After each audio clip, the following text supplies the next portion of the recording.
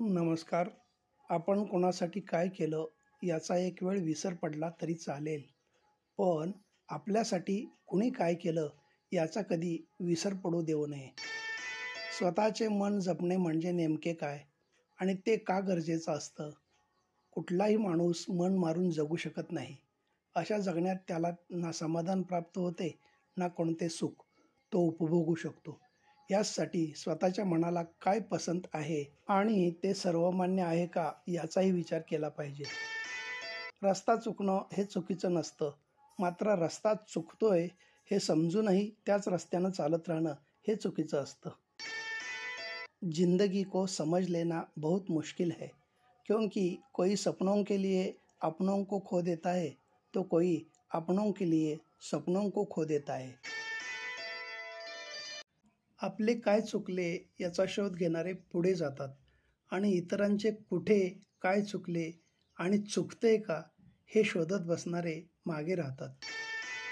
आपल्या पुढे जाणाऱ्याला वाट द्यावी, आपल्या सोबत असणाऱ्याला साथ द्यावी आणि आपल्या पाठीमागे पडणाऱ्याला हात द्यावा.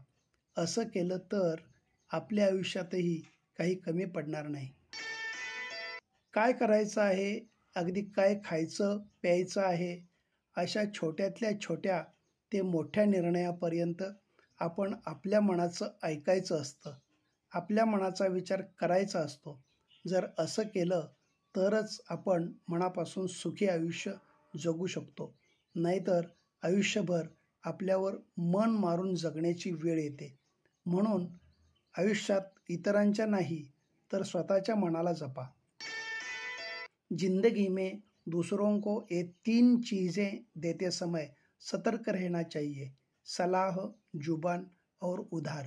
क्योंकि ये चीज़ें देने के बाद अपनी मर्जी से वापस नहीं आती और वैसी अपेक्षा करना मूर्खता है. वेळ सर्व काही बदलते, पण वेळेला फक्त थोडा वेळ हवा असतो. जेव्हा नशिबाची बेरीज चुकायला लागते तेव्हा माणसं आपल्या आयुष्यातून वजा व्हायला सुरुवात होते.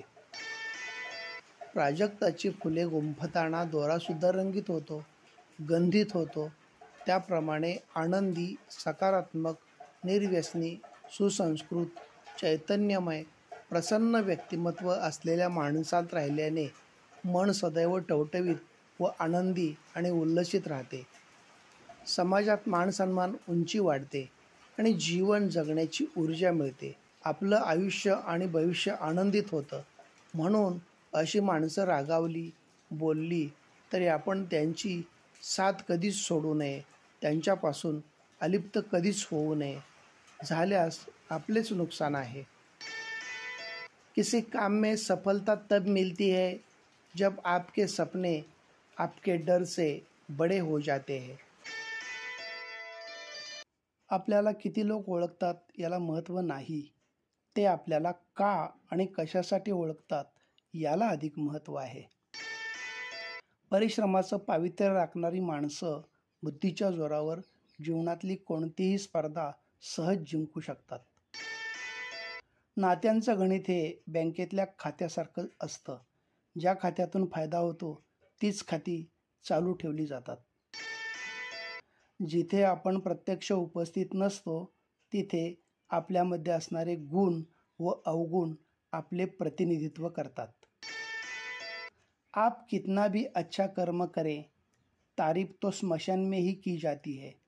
सच ये है कि मरने के बाद आपका सामान बांट दिया जाता है और कमाया हुआ धन बांट लिया जाता है. धन्यवाद. स्वतःचं मन जपणं आणि कर्म ओळखणं या 2 गोष्टी जीवनात खूप महत्त्वाच्या आहेत आणि त्या प्रत्येकानं आत्मसात केल्या पाहिजेत. जीवनाचा प्रवास सोपा नसतो. कधी लक्षपूर्वक तर कधी दुर्लक्ष करूनच तो पूर्ण करावा लागतो. शब्द कितीही काळजीपूर्वक वापरले तरी ऐकणारा आपल्या सोयीप्रमाणे त्याचा अर्थ लावत असतो. टिपावं तर अचूक टिपावं, नेम तर सारेच धरतात. शिकावं तर माफ करायला, राग तर सगळेच करतात. खळगी भरावी तर उपाशी पोटाची. पोट भरून तर सारेच जेवतात. थोडं तरी जगावं इतरांसाठी. स्वतःसाठी तर सगळेच जगतात. मन और मकान को समय समय पर साफ करना चाहिए, क्योंकि मकान में बेमतलब का सामान और मन में बेमतलब की गलतफहमियां भरी रहती है. धन्यवाद.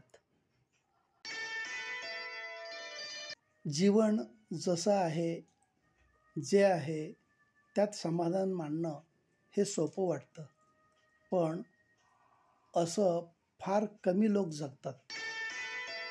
आपल्या कमाईत घर चालतंय का? आपल्या आईवडिलांना आपण वेळ देतोय का? आपण जिथं राहतो तिथं आपल्याला मानसिक शांती आहे का? या प्रश्नांची उत्तरं जर होय असतील तर आपण श्रीमंत आहोत. आपल्या आयुष्यात आपल्या वाट्याला बहुतेक दुःख आणि त्रास येतात, ती निष्कारण इतरांचा द्वेष आणि विचारांचा कात्याकूट केल्यामुळंच. माणसाला नेहमीच प्रत्येक वेळी घड्याळाचा गजर जागे करतोच असं नाही. जबाबदाऱ्यांची जाणीव मात्र त्याला जागे करते. अमीर वो नहीं होता जिसके पास अमाप धन दौलत, ढेर सारे गहने और स्थायी संपत्ति हो. अमीर वो होता है जिसका दिल औरों के लिए हमदर्दी से भरा हो, मन साफ हो और व्यक्तित्व संस्कार संपन्न हो. आयुष्यात कठीण प्रसंगी नेहमी आशावादी राहावं, कारण सूर्य प्रत्येक रात्रीनंतर पुन्हा उगवतोच. आयुष्यातील प्रत्येक क्षणाचा फायदा घ्यावा, पण कोणाच्या परिस्थितीचा किंवा विश्वासाचा गैरफायदा घेऊ नये. देव हा माणसाच्या मनात जेवढा असतो त्यापेक्षा जास्त माणसाच्या कर्मात असतो. विचार श्रेष्ठ आणि शुद्ध असतील तर आपलं मन देखील कोणत्या मंदिरापेक्षा कमी नाही. शब्द कितीही काळजीपूर्वक वापरले तरी ऐकणारा आपल्या सोयीप्रमाणे त्याचा अर्थ लावत असतो. जीवन एक कलम यानी पेन की तरह है. उसकी स्याही खत्म होने से पहले अपनी कहानी लिखिए और पूरी कर लीजिए. Karma says, when you destroy someone's life with lies, fake hopes and promises, take it as a loan. It will come back to you with interest. धन्यवाद.